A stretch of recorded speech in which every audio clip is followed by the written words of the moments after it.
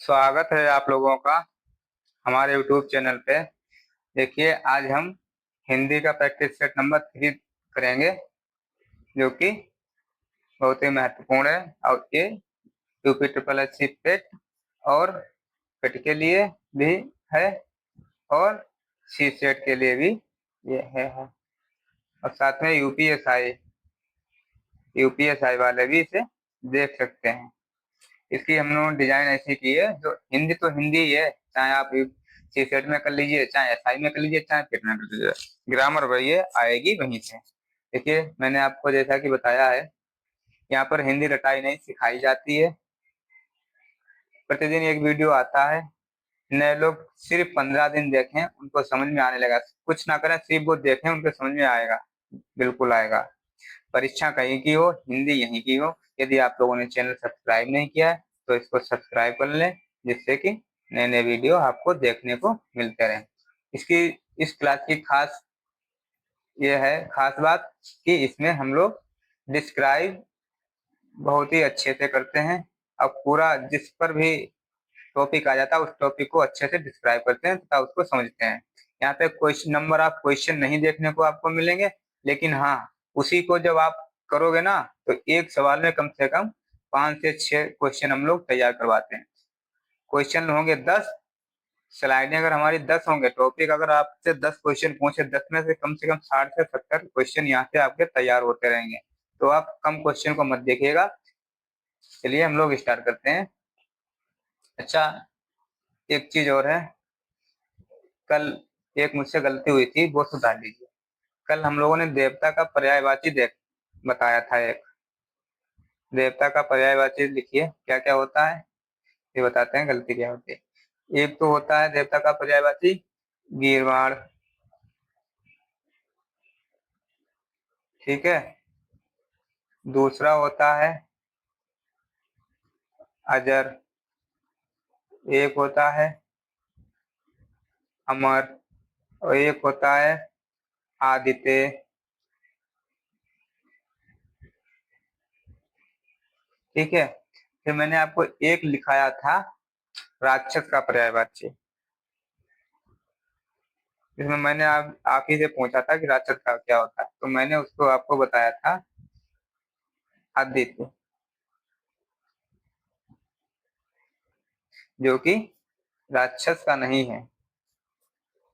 ये राक्षस का नहीं है, राक्षस का सही है दितिज। दितिज होता है, दितिज को ही राक्षस भी कहते हैं, और कहीं कहीं ब्रह्मा भी लिखा आता है। ये आप लोग देख करके टिक मारिएगा किसका पूछा जाता है। दितिज राक्षस का भी है और ब्रह्मा का भी लिखा आता है। आदित्य क्या होता है, फिर बात आदित्य की है। आदित्य हम आपको बताते हैं।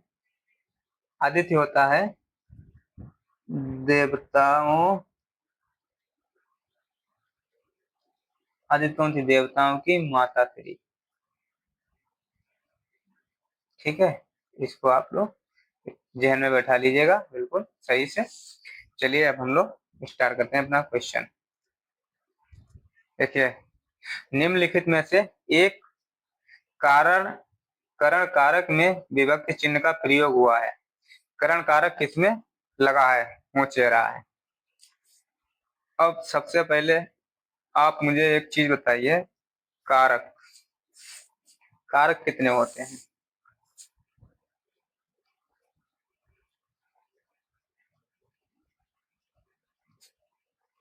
कारक होते हैं 7, ठीक है। कौन कौन से होते हैं,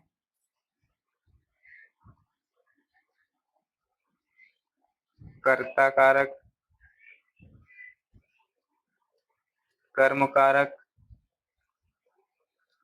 करण कारक, संप्रदान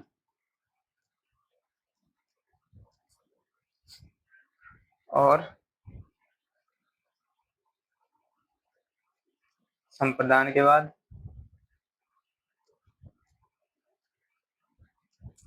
अपादान, और अपादान के बाद संबंध, संबंध कारक हो गया, और एक लास्ट अधिकरण हो गया। ठीक है। इनकी पहचान क्या होता है? कर्ता के साथ ने लगा होता है, कर्म के साथ को लगा होता है, करण से लगा होता है, या के द्वारा भी लगा होता है। से या के द्वारा भी होता है।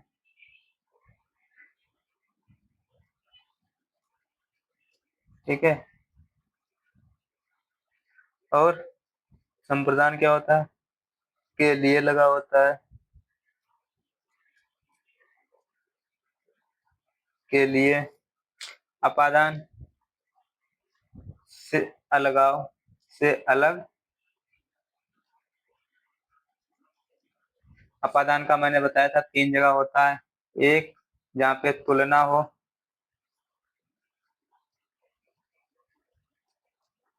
तुलना करी जाए। दूसरा, जहाँ पे डर लग रहा हो। और तीसरा, जहाँ पे अलगाव हो रहा है। ठीक है। संबंध का क्या हो गया? अब संबंध का बताइए। संबंध में का, काकी के, नानी ने, राधी रे स्त्री के का हो गया, और अधिकरण में और पर हो गया। तो ये 7 कारक होते हैं। ठीक है। अब 7 कारक ये हो गए। करण कहाँ पे? करण क्या? से के द्वारा, मतलब साधन हो। जैसे कि राम ने रावण को तीर से मारा, तो तीर क्या है? साधन। और संप्रदान, संप्रदान कहाँ पे यूज होता है? जिसको फायदा हो। जैसे राजा ने भिक्षुक को कंबल दिया, तो इस फायदा, संप्रदान फायदा किसे हो रहा है? भिक्षुक को। तो यहाँ पे भिक्षुक हो जाएगा। ठीक है। और अधिकरण में पेपर किसी जगह का, अपादान का मैंने बता ही दिया। चलिए फिलहाल क्वेश्चन पे चलते हैं, अगर ऐसा कोई वो होगा तो आपको समझाएंगे। चलिए देखिए, करण, करण में क्या होगा? करण कारक पूछ रहा है। करण कारक में कौन सा चिन्ह आता है? करण कारक में से या के द्वारा आता है, मैंने अभी आपको बताया है। ठीक है। जहाँ पे से या के द्वारा है। अच्छे से समझे थे। चलिए देखिए, डी ऑप्शन देखिए। सर, सरकार गरीबों के वास्ते कई योजनाएं चला रही है, या सिंह वन में या गुफा में रहते हैं, भोजन के निमित्त पधारिए, लड़का दर्द के मारे छटपटा रहा है। अब देखिए, मैंने बताया करण कारक में से या के द्वारा लगा होता है, तो यहाँ पे तो से के द्वारा है नहीं। अब देखिए, यहाँ पे के वास्ते लगा हुआ है। के वास्ते का मतलब क्या होता है? के वास्ते का मतलब होता है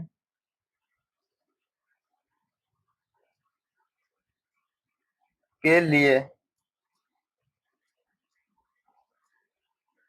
के वास्ते का मतलब के लिए। जैसे कि सरकार गरीबों के वास्ते कई योजनाएं चला रही है, या यहाँ पे हम ये भी कह सकते हैं सरकार गरीबों के लिए कई योजनाएं चला रही है। अब के लिए किसमें लगा हुआ है? इसमें आप लोगों को ढूंढना है, सिंपल नहीं मिलेंगे। के लिए किसमें आता है? के लिए संप्रदान, संप्रदान में आता है, संप्रदान। तो अगर यहाँ पे संप्रदान पूछा जाता है तो हम लोग संप्रदान लगाते हैं। यहाँ पे संप्रदान लगाते हैं हम लोग। अच्छा, सिंह वन में रहता है, वन में या गुफा में रहता है। में किस में आता है? में अधिकरण कारक में आता है, तो यहाँ पे अधिकरण कारक हो जाता है। भोजन के निमित्त पधारिये, निमित्त क्या होता है? निमित्त का भी के लिए ही होता है। निमित्त का मतलब होता है के लिए। भोजन के निमित्त पधारिये या भोजन के लिए पधारिये, तो यहाँ पर भी कौन सा है? संप्रदान कारक है। लड़का दर्द के मारे छटपटा रहा है। दर्द के मारे, यहाँ पे के मारे की जगह पे हम से भी कह सकते हैं। के मारे को हम लोग से भी कह सकते हैं। तो लड़का दर्द से छटपटा रहा या दर्द के मारे छटपटा रहा, तो यहाँ पे से छुपा हुआ है। ठीक है। यहाँ पे दर्द के मारे की जगह पे दर्द से छुपा हुआ है, तो ऑप्शन आपका ए सही हो जाएगा। इसी तरीके से आपको पहचानना पड़ेगा बारीकी से। और जो मैंने अभी सभी कारक चिन्ह बताए हैं उनको आराम याद कर लीजिएगा बिल्कुल ध्यान से। चलिए नेक्स्ट क्वेश्चन देखते हैं हम लोग। चिड़िया आकाश में उड़ रही हैं, इस वाक्य में उड़ रही क्या है? अब देखिए क्रिया, इसमें क्रिया पूछी है, क्रिया कौन सी है? क्रियाएं कितने प्रकार की होती हैं? क्रियाएं कितने प्रकार की होती हैं? क्रिया दो प्रकार की होती हैं। कौन कौन सी क्रिया दो प्रकार की कौन कौन सी हैं?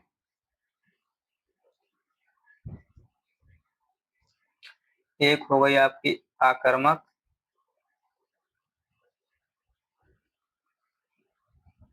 दूसरी हो गई साकर्मक।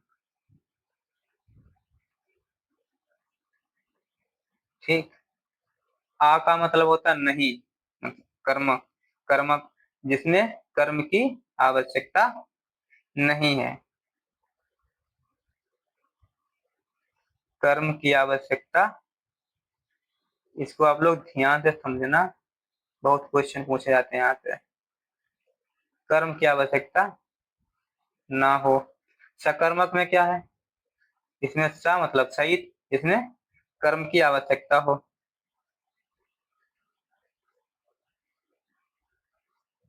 कर्म की आवश्यकता होती है। ठीक।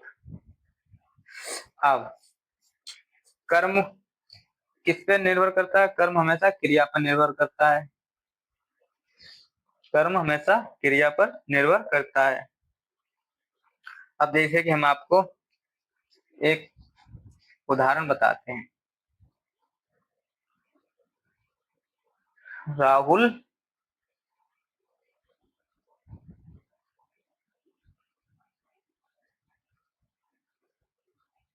हंसा, राहुल हंसा। अब इसमें बताइए कौन सा है, आकर्मक है या सकर्मक है? देखिए आपका राहुल तो हो गया कर्ता। ठीक। अब हंसना क्या है? क्रिया। हंसना है, खाना है, रोना है, ये तो क्रिया ही हो गई। तो राहुल हंसा, तो हंसा कौन? राहुल। यानी कि सीधे क्रिया किस पे आ रही है? कर्ता पे आ रही है। यहाँ कर्म की आवश्यकता हो रही है? नहीं हो रही है। यहाँ कर्म कहीं आपको नहीं दिख रहा है, कर्म कहीं दिख नहीं रहा है, तो यहाँ पे आकर्मक हो गया। ठीक है, नंबर एक।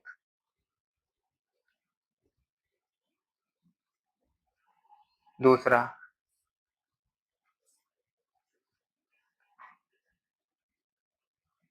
राहुल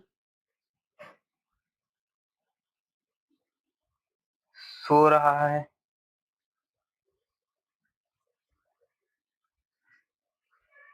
एक नंबर है, दो नंबर है।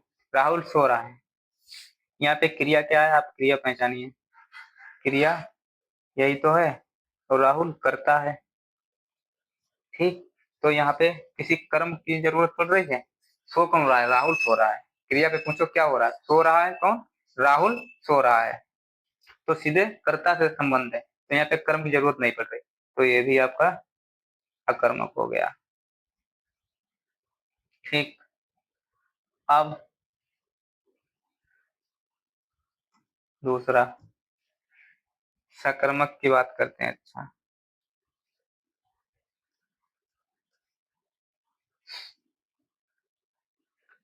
राहुल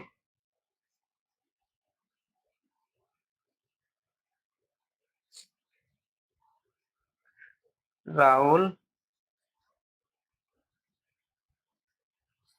गाना गा रहा है। अब यहाँ पे कर्ता कौन है? राहुल। क्रिया बताइए कौन सी है? गाना क्रिया हो गई। अब कर्म कर क्या रहा है? गाना गा रहा है। तो क्रिया से पूछो, क्रिया किससे निर्भर है? गा क्या रहा है? गा कौन रहा है? राहुल? या गा रहा है गाना? गाना गा रहा है। यहाँ पे सकर्मक देखिए तो गाना हो गया। ठीक है,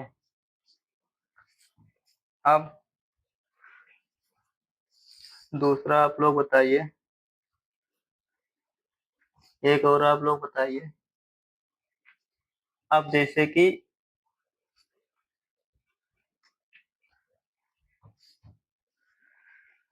एक एग्जाम्पल और बताइए आप लोग।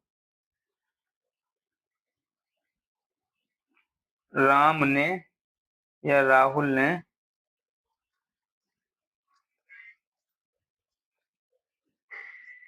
पुस्तक पढ़ी। तो यहाँ पे पढ़ना हो गया क्रिया आपका। ठीक, कर्ता हो गया राहुल, कर्म क्या है? पुस्तक। अब क्रिया से पूछो, क्रिया किससे है? क्रिया क्या कर रहे? पढ़ी क्या? पढ़ी गई क्या? पुस्तक। पढ़ी पुस्तक या पढ़ी राहुल? पढ़ी का राहुल के साथ कोई संबंध है? पढ़ी राहुल, राहुल पढ़ी हो सकता है? नहीं, राहुल पुस्तक पढ़ता है, यानी कि पुस्तक पढ़ी होगा, संबंध इसका इससे है। तो यहाँ पर भी सकर्मक हो गया। और चिड़िया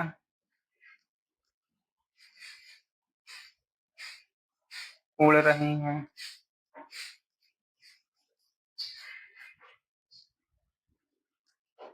इसमें क्या है बताइए? कर्ता कौन है? चिड़िया। और क्रिया कहाँ है?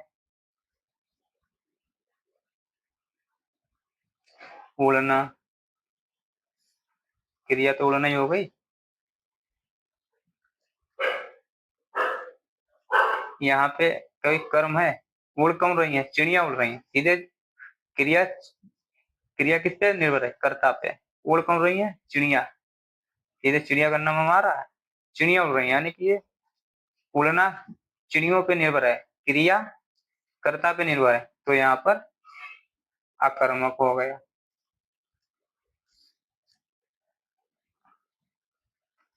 आकर्मक हो गया। अच्छा, दूसरा बताइए।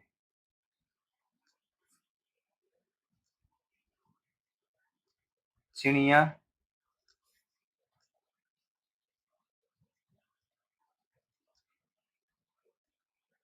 आकाश में उड़ रही हैं। यहाँ पे बताइए कर्ता क्या है?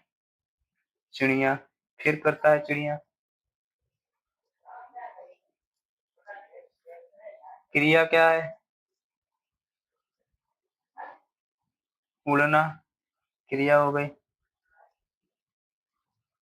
आप बताइए उड़ कहाँ रही है? चिड़िया उड़ कहाँ रही है? बताइए।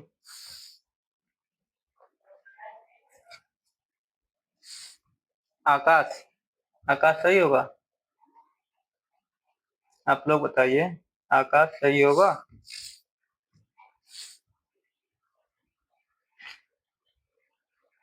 चिड़िया उड़ रही है, इसमें क्या होगा? आकाश।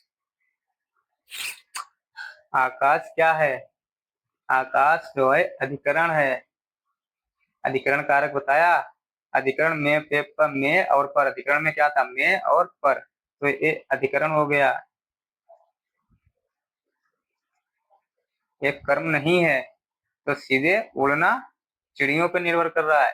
आकाश में उड़े, चाहे जहां उड़े, उड़ने के लिए आकाश जरूरी थोड़ी ना, कहीं आकाश में ही उड़ेंगी, कहीं भी उड़ सकती हैं, नीचे भी उड़ सकती हैं, कहीं और भी उड़ सकती हैं। अगर आकाश नहीं लगा हुआ तो क्या चिड़िया उड़ेंगी? नहीं, बिल्कुल उड़ेंगी। तो सीधे उड़ना का आकाश से संबंध, चिड़िया से संबंधित है। तो यहाँ पर भी आक्रामक हो गया।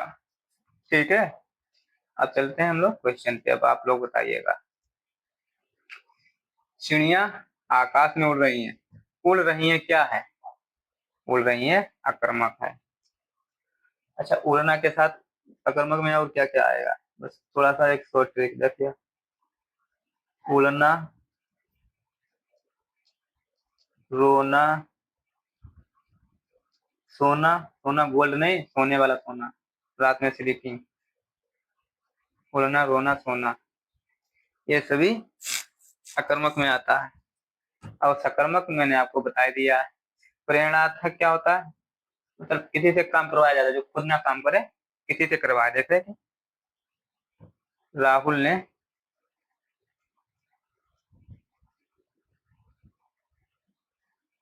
मोहित से काम करवाया,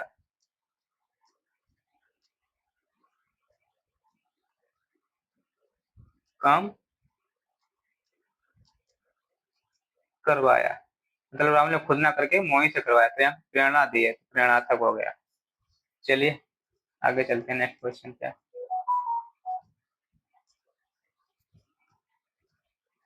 निम्नलिखित वाक्य में क्रिया विशेषण शब्द के भेद बताइए।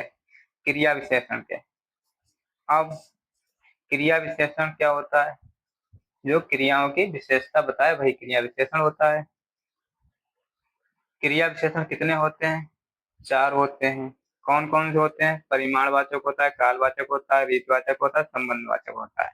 संबंध में संबंध बताता है, जो, सो आ जाए। रीतिवाचक में रीत बताते रहते हैं, काम करने का तरीका क्या है, रीतिवाचक जैसे धीरे धीरे, वो काम कैसे कर रहा है, धीरे धीरे कर रहा है।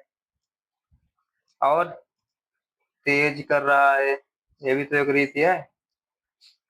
धीरे धीरे हो गया, तेज हो गया, और खुशी खुशी कर रहा है, खुशी खुशी कर रहा है काम। ठीक। और और क्या हो सकता है, फटाफट कर रहा है। तो ये रीति हो गई। कालवाचक क्या है, कालवाचक टाइम को लेकर के जब बात करते हैं हम लोग, वो अभी अभी गया है, कितने बजे गया है, टाइम दे देगा। तो आंसर तो फिलहाल आपका कालवाचक होगा। परिमाणवाचक क्या होता है, जहाँ पे परिमाण की आवश्यकता हो, जैसे कि कुछ, आधा, 1 kg, 1 किलो। और क्या हो गया, ज्यादा हो गया, पर्याप्त हो गया, काफी हो गया। ये सब आपका परिमाणवाचक है। ठीक, ज्यादा हो गया, पर्याप्त हो गया, काफी हो गया। ठीक, चलिए आगे बढ़ते हैं। आभूषण का पर्यायवाची क्या नहीं है, देखिए आभूषण का पर्यायवाची क्या नहीं है, इसमें पूछ रहा है। नहीं है, ठीक, मतलब पहले तो आप आभूषण का पर्यायवाची बताइए कौन कौन से होते हैं।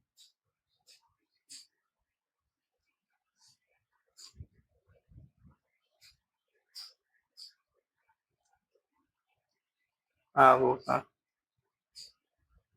ठीक, आभूषण के पर्यायवाची मंडन हो गया,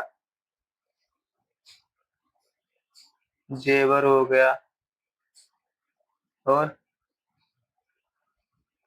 गहना हो गया, भूषण हो गया, टूम हो गया।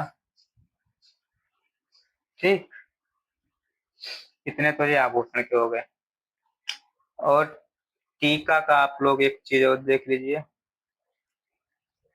यह एक विशेष गहना है, विशेष गहना है, इसे सीधे आभूषण नहीं कहते, टीका जो माथे पे लेडीजें लगाती हैं। ठीक, तो इसमें नहीं है, तो ये तो है ही, मंडन भी है, भूषण भी है, विभूति नहीं है।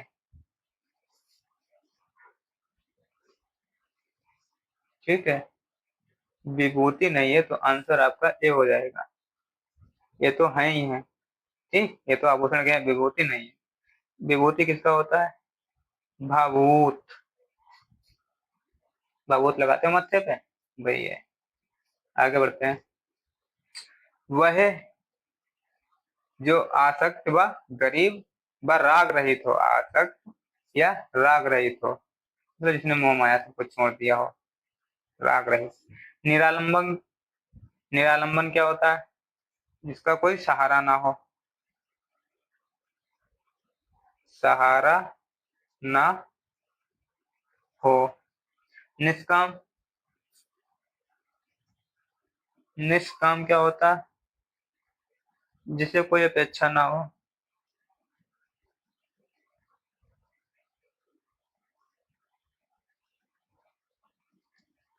ना हो।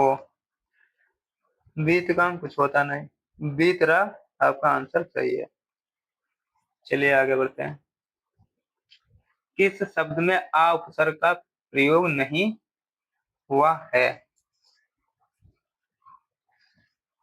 देखिए, आ उपसर्ग का प्रयोग किसमें नहीं हुआ है? आजन्म में हुआ है, आगमन में हुआ है, आकर्षक में हुआ है, आदरण में हुआ है। देखिए, आजन्म कैसे लिखा है? आ प्लस जन्म, इसमें तो हुआ है भाई आ का हुआ है, आ उपसर्ग आया है। आगमन में आ प्लस गमन, ये मैंने कल भी बताया था, इसमें भी गमन का हुआ है, आ का हुआ है। आकर्षक में आ कर्षक,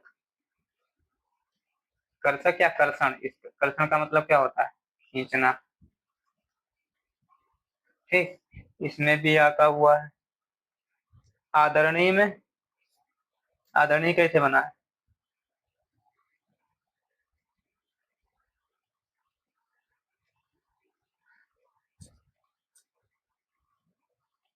आदरण प्लस,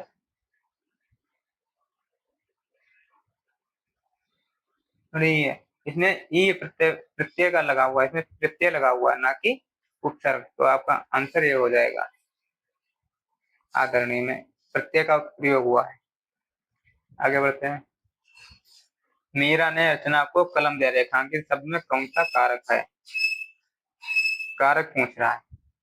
कर्म,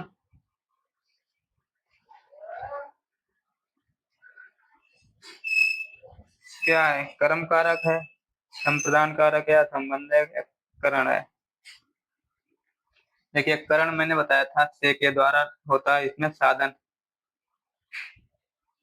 जब साधन की बात हो तो करण आता है। जैसे कि राम ने रावण को तीर से मारा, तो तीर इसमें साधन हो गया, ठीक।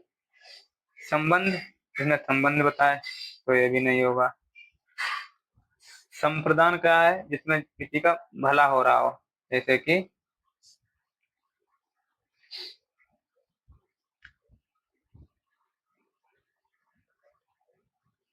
जैसे कि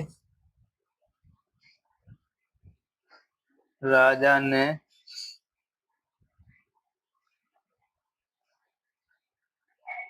भिखारी को कंबल दिए। अब भला किसका हो रहा? भिखारी का, तो इसमें संप्रदान कारक हो गया, ठीक है। दिया क्या? कंबल, दिया क्रिया हो गया, अब कंबल कर्म हो गया आपका, कंबल कर्म हो गया, ठीक। अब क्या दिया? यहाँ भी देखो, यहाँ कंबल दिया और यहाँ पे कलम दिया, तो कल यहाँ पे कर्म कौन है? सीधे कलम कर्म है। आंसर आपका ए हो गया।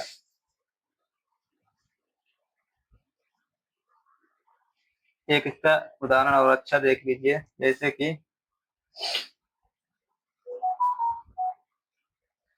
राम ने मोहन को पुस्तक दी, राम ने मोहन को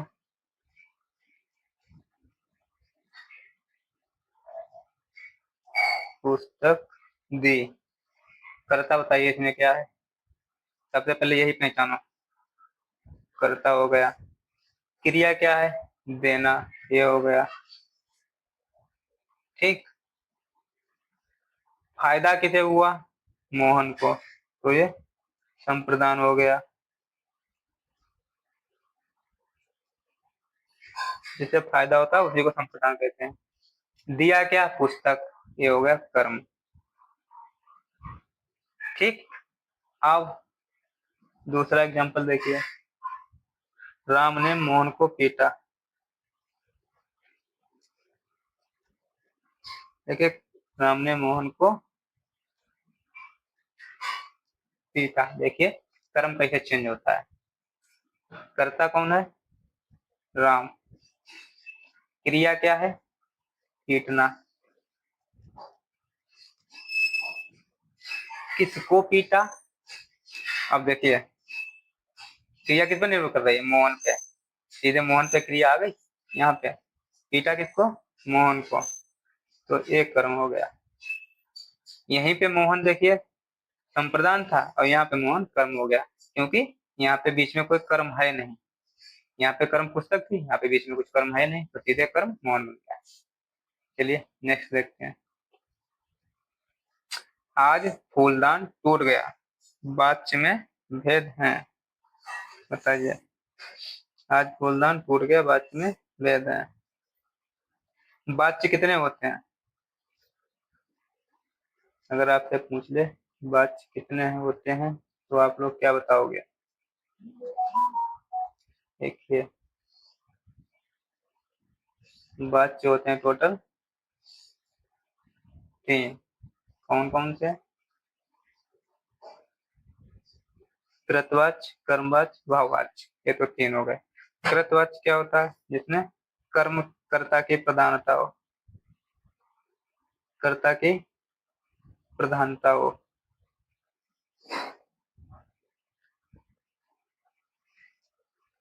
कर्मवाच्य कौन सी है? जिसमें कर्म की प्रधानता हो।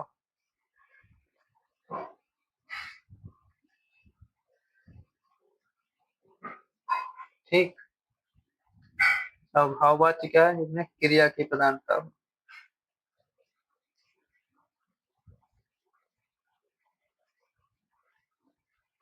क्रिया की प्रधानता हो।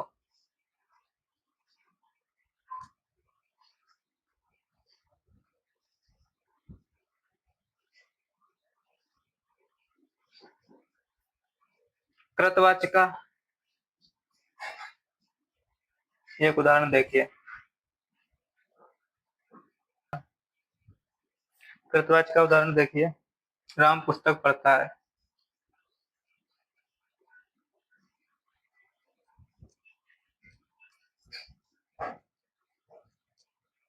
पुस्तक पढ़ता है। पढ़ता है क्या? पुस्तक। पुस्तक तो पढ़ी जाती है। पढ़ता है कौन? राम। पढ़ता है कौन? राम। देखिए कैसे चेंज होता है। अब हम कर्म की बात करते हैं। यहाँ पे राम ने पुस्तक पढ़ी। पढ़ी क्या? बताओ पढ़ी क्या? पढ़ी राम या पढ़ी पुस्तक? पढ़ी पुस्तक। ठीक, यहाँ पे कर्म हो गया आपका पुस्तक। ठीक, ये कर्ता हो गया। भाववाच्य।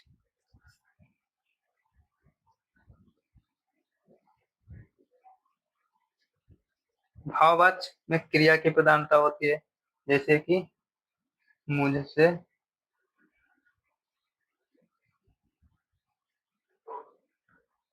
चला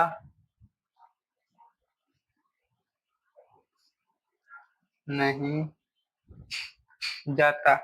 क्या नहीं किया जाता? चला नहीं जाता। ये भाववाच्य है। खाया नहीं जाता, चला नहीं जाता, पिया नहीं जाता, इस तरीके से हो जाए तो ये भाववाच्य में आ जाएगा। चलिए आगे देखते हैं हम लोग। निर्मला के लेखक कौन है? जयशंकर प्रसाद, मोहन राकेश, या मैथिली शरण, या मुंशी प्रेमचंद। अब देखिए मोहन राकेश की बात कर लेते हैं हम लोग। मोहन राकेश की कौन कौन सी पुस्तकें हैं? मोहन राकेश की, मोहन राकेश का आषाढ़ का एक दिन आप लोग बहुत महत्वपूर्ण है। आषाढ़ का एक दिन। नंबर 2, आधे अधूरे।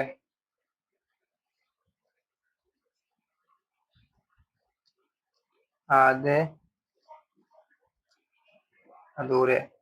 मैथिली शरण गुप्त की बताइए कौन कौन सी हैं? मैथिली शरण गुप्त की साकेत हो गई एक, ये वही किताबें हैं जो पूछी जाती हैं। साकेत हो गई,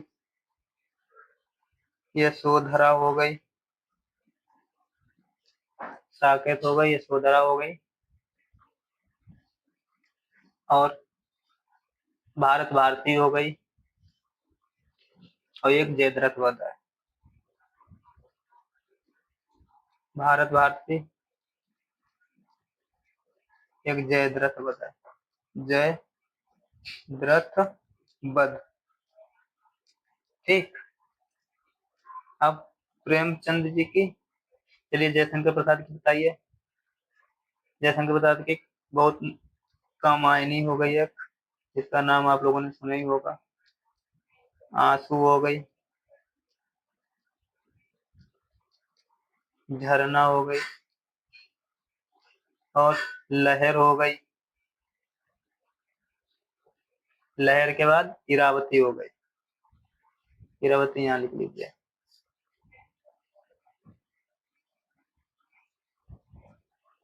इरावती।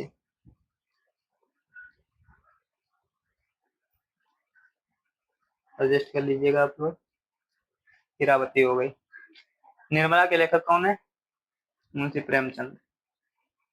एक चीज हो, ये जो प्रेमचंद की वर्तनी है इसको देख लीजिए, प्रेमचंद्र नहीं है, प्रेमचंद है, ये पूछा जाता है। प्रेमचंद, प्रेमचंद ऐसे लिखा जाता है।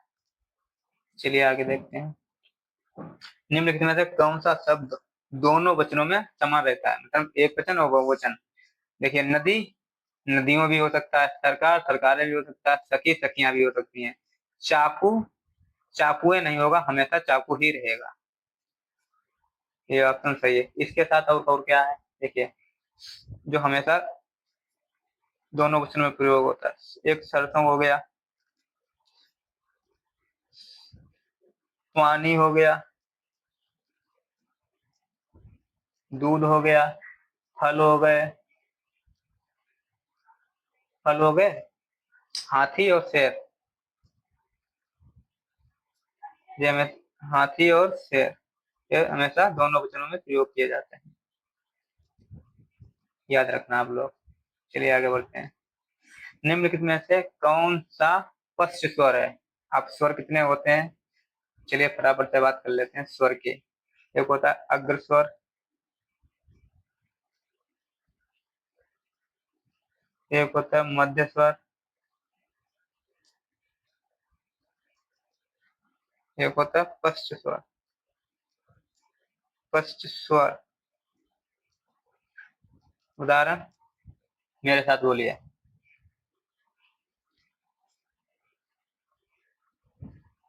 देखिए, ये मान चलो आपकी जीवा हो गए,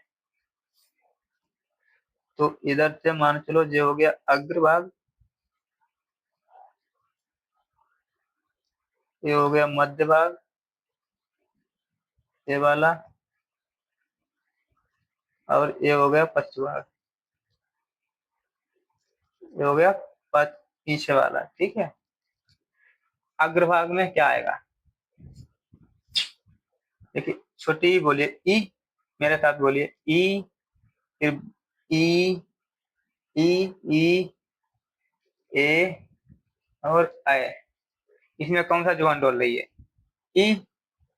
तो यही वाली देखिए सुकुड़ेगी, ई, ई, बोलिए ई, ई, ए, ए। हमें यही वाली आगे लबलबा रही होगी, ई, ई, ए, ए। मध्य, मध्य वाला, ये वाला, मध्य में आप लोग आ बोलिए, खाली आ।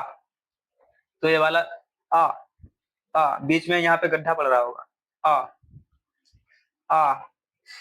पश्च स्वर, फर्स्ट स्वर, फर्स्ट स्वर में आइए। आ, ऊ, ऊ, ओ और आओ। ये बोलिए।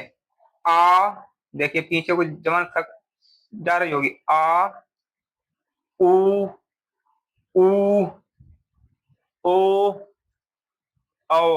ये जबान पीछे को जा रही होगी। यहाँ पे आप लोग बोलिए तो बिल्कुल ये सही है। आप लोग याद करके चलिएगा। ये कुछ, अब हम लोग चलते हैं आगे। खत्म हो गए क्या? खत्म हो गए भाई, बधाई हो, क्लास खत्म हो गई, वैसे भी लंबी हो गई थी। चलिए बताइए क्लास कैसी लगी, कमेंट बॉक्स में जरूर बताइएगा। लाइक, कमेंट और सब्सक्राइब जरूर बताना। कंटेंट कैसा लगा ये बिल्कुल बताना आप लोग। धन्यवाद।